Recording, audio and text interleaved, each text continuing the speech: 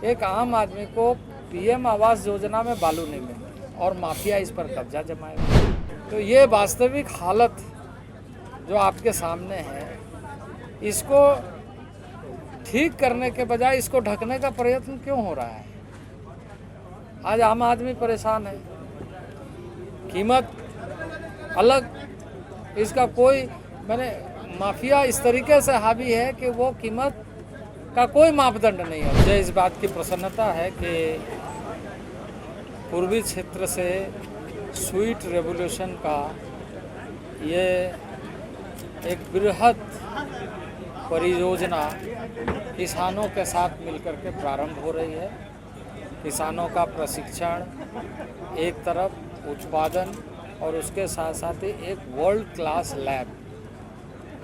उस लैब में सभी तरह के टेस्ट हनी से रिलेटेड होंगे। उसमें जो भी गुणात्मक चीज़ें हैं वो एलोबरेट होगा और शुद्धता का मानक सुनिश्चित करेगा। ये ईस्टर्न रीजन का पहला सेंटर ऐसा होगा जिसमें सारी सुविधाएं उपलब्ध होगी और किसानों को जब शुद्धता के मानक में अच्छे तरीके से उत्पादन के साथ जुड़ जाएंगे तो उसका अंतर्राष्ट्रीय बाजार खुलेगा। औषधीय गुणों के मामले में मधु का एक अपना स्थान है। उस औषधीय गुण से न केवल पालक को फायदा होगा बल्कि इकोलॉजिकल बैलेंस भी होगी और उसके उत्पादन का अंतर्राष्ट्रीय बाजारीकरण भी। तो ये एक बड़ा लक्ष्य लेकर कार्यक्रम की शुरुआत ईस्टर्न रीजन के लिए हुआ है। ये निशा जो केंद्र है, ये केंद्र में लाख रिसर्च इंस्टीट्यूट के रूप में लाख रिसर्च का काम, इसके साथ साथ बैम्बो का काम, उसके साथ साथ हमारे हनी का काम, एक बहुउद्देशीय कार्यक्रम का केंद्र बनेगा।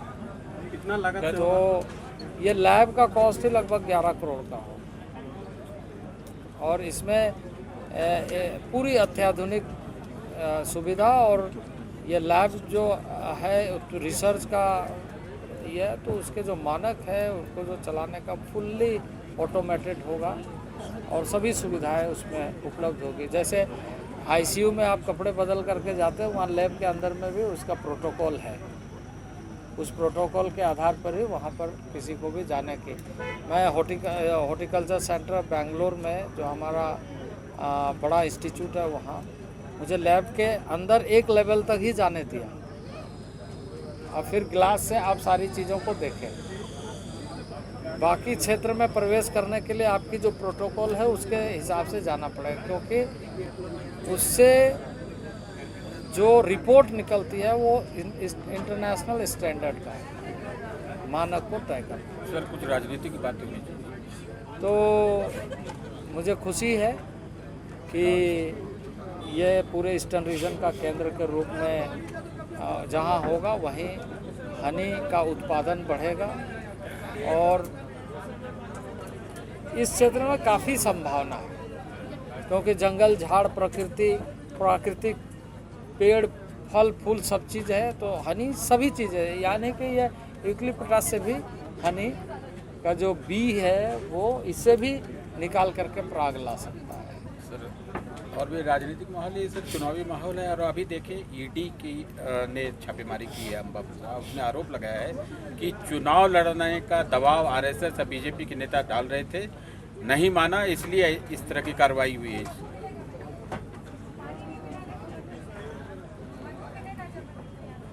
देखिए, मैं इस कार्यक्रम में बहुत ज़्यादा राजनीतिक बातें नहीं करूँगा, लेकिन ये जिस तरह की बातों को कह करके वो लोगों को डाइवर्ट करना चाहते हैं, वो सारी चीज़ें जांच के बाद आ जाएगी। तो उसमें स्पष्ट हो जाए। अभी तक जो मिले हैं सर उसमें बालू के कारोबार, फिर रंगदारी, लेवी, तमाम चीज़ें एविडेंस देखिए, के तौर पर बालू इस राज्य का एक बड़ा संकट है। एक आम आदमी को पीएम आवास योजना में बालू नहीं मिला और माफिया इस पर कब्जा जमाए हुए, और इससे कोई भी अछूता नहीं है। एक सामान्य गरीब आदमी को पीएम आवास मिलता है और उसको बालू नहीं मिलता।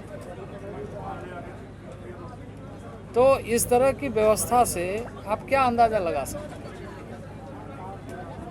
तो ये वास्तविक हालत जो आपके सामने है, इसको ठीक करने के बजाय इसको ढकने का प्रयत्न क्यों हो रहा है?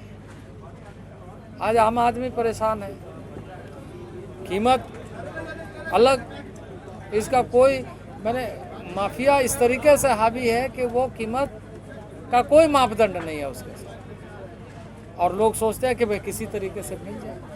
तो सर ईडी की कार्रवाई पर जो आरोप लग रहा है बीजेपी, तो इस पर थोड़ा सीधा देखिए, मैं जिसका जो जुडिक्शन है, जिसका जो कार्य क्षेत्र है, वो आपको बेहतर बताएंगे। मैं इतना ही कह सकता हूँ कि लोगों को इन सब मामले में बजाय किसी पर आरोप लगाने के उनको ये सुनिश्चित करना चाहिए कि ऐसे मामले की स्थिति में उनका क्या वास्तविकता है जो लोगों को दिखाई दे रहा है।